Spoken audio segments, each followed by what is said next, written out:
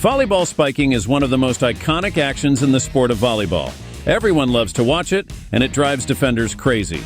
And this is exactly what we are going to teach you: the perfect volleyball spike to shine on volleyball courts. Are you ready to smash some balls? But first, hold your horses for a while. Volleyball spiking is a really complex set of small movements that need to be done correctly. Don't worry, you can do it, but we need to start from the very beginning and move step by step. We'll take you on a journey to become a good volleyball spiker. But for the first step, you don't even need a ball. This video is for anyone who wants to improve their spiking technique. Kids will learn everything from the ground up, and amateur adults will find out what they are doing wrong and how to fix the mistakes. You will hear everything from the position of a right-handed player. For left-handed players, the same applies, but mirrored. The first stage of the evolution of the volleyball spiker, the archer. At first, we have to learn how to move our arms and hands properly. Your striking arm has to gather as much kinetic energy as possible, and that's why we have to perform this seemingly complicated movement. Imagine that your hand is a whip that you're about to swing. At the beginning, there's a movement of the arm, then a bend at the elbow, and at the end, the wrist. A parent or coach can help children perform the correct arm movement. It used to be taught that the elbow should rise above the head, but now we know that this is not the way to do it because it puts unnecessary strain on the joints and it is not technically correct. So watch out. Health is the most important thing, and there is only one correct technique.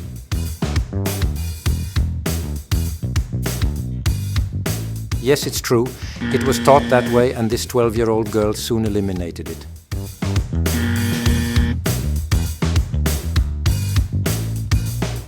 Here too, in a 13-year-old boy, the elbow should go lower around the shoulder, but these are really little things that we can deal with or even live with. The movement begins with the elbow moving backwards, the arms forming correctly into the archer position. Keep this position in your mind. The arm must pass through this position during every good spike, both from the left and right side, as we can see in the top volleyball examples.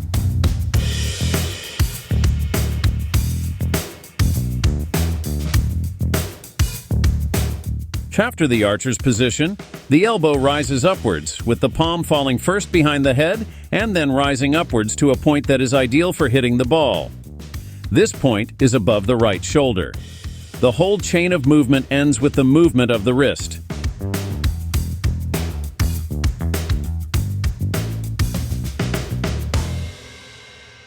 The ideal place to strike the ball is above the right shoulder because, firstly, when the ball is hit, the right shoulder is further away from the net than the left and is about to rotate towards the net. Secondly, only when hitting above the shoulder the arm is stretched highest and the direction of the downward flight of the crossed ball is granted by the wrist. A common mistake is that the ball is hit in front of the shoulder and the wrist either cannot engage or threatens to knock the ball into the net. Here in the case of a 9-year-old girl, the palm does not fall and get behind the head enough, and thus the elbow does not go up first, as it should.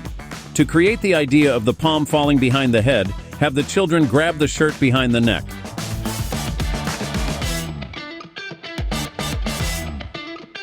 The correct arm movement for spiking needs to be trained properly to get into your blood. For example, an expander can help you.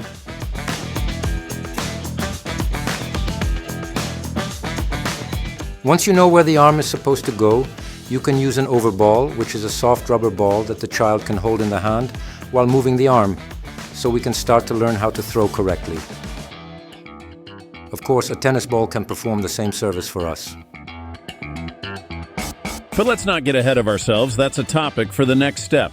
Volleyball is evolving, and alongside the traditional archer technique, there is increasingly a technique where the elbow goes below shoulder level, as we see here. We will keep an eye on this development, and if this technique prevails, it will also affect our methodological approach.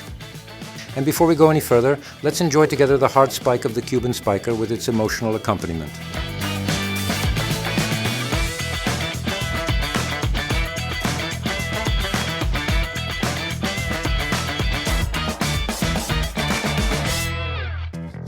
The second stage of the evolution of the volleyball spiker, the thrower.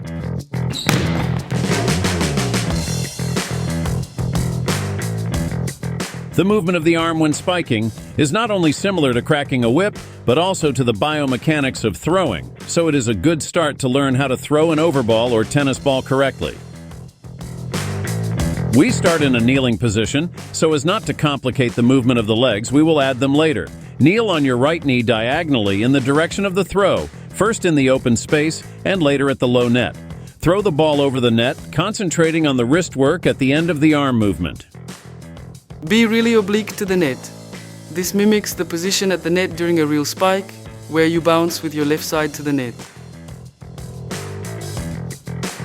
If you can throw in the kneeling position, you can start using the other hand. The player reaches for the overball and touches it with the other hand and throws it over the net with the correct technique.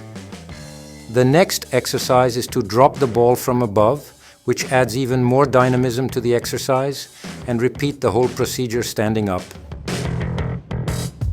Believe that throwing correctly in many ways creates a really solid foundation for future spiking. Even very young children can throw properly.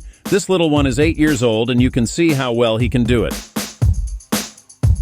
The important thing in this exercise at the net is to be at the right distance so that the hand can continue between the body and the net after the throw. The correct distance can be measured by stretching the arm. Make sure that the correct foot position is similar to the actual spiking position when throwing, as we see in this Brazilian spiker. This mistake of having the feet in the opposite position is very typical of young girls, but it doesn't take much work to eliminate it. We just have to notice it early. Engaging the other hand is important, because with proper technique it happens even during matches. So don't slack off. Those who can throw correctly, both kneeling and standing, can advance to the third developmental stage of the volleyball spiker, and then will finally jump.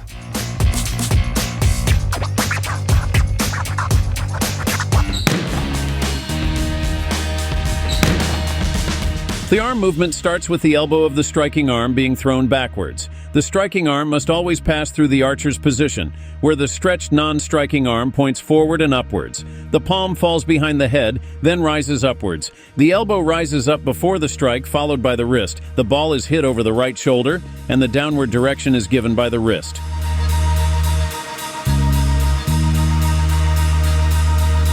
If you can't throw properly, you can't spike. We start by throwing an overball or a tennis ball kneeling with the left side forward. When throwing standing at the net, it is necessary to take the correct position with the left hip forward. The non-striking arm rises above the head when throwing.